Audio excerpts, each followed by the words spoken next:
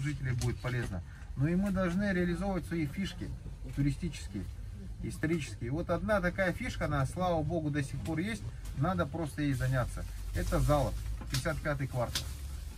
По залогу у нас какая задача? Мы должны построить там не новоделы, а восстановить вот те строения, которые есть. Здания уникальные. Допустим, там жил рядом, Арчидетника стоит дом, в котором жил Сорон Молла.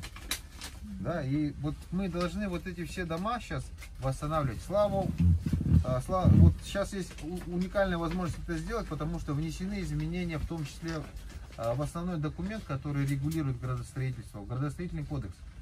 Появилась возможность заключения договоров на комплексное развитие территорий. То есть мы сегодня уже понимаем, что по кварталу проще всего будет сделать КРТ. Для того, чтобы определить, что вот в этом квартале мы будем восстанавливать исторический облик города. И это будет безумно интересно людям, туристам в том числе. Потому что, приехав в город и не посмотреть, как там жили в начале 19 века, какие дома строились, как это было красиво действительно устроено, мы сделаем это. У нас в 2019 году была разработана конструкторским бюро «Рождественка» при Нарине Тютчевой концепция развития 55-го квартала. Там восстанавливаем исторический облик, как они были сформированы, построены первоначально хозяевами. Сделаем, мы как город сделаем комплексное водоотведение, дороги построим.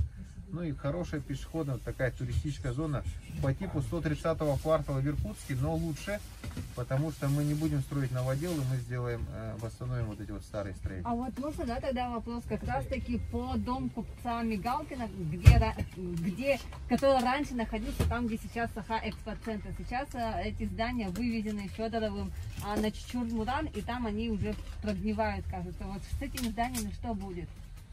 Ну, мы сегодня занимаемся немножко по другому способу. Мы сегодня определяем, 3 участка уже определены под концессии. Мы на муниципальные земельные участки говорим, вот есть строение, вы берете, там, ищем открытый конкурс, кто угодно может участвовать. Заходит человек, восстанавливает это здание в историческом виде и использует его там 49 лет.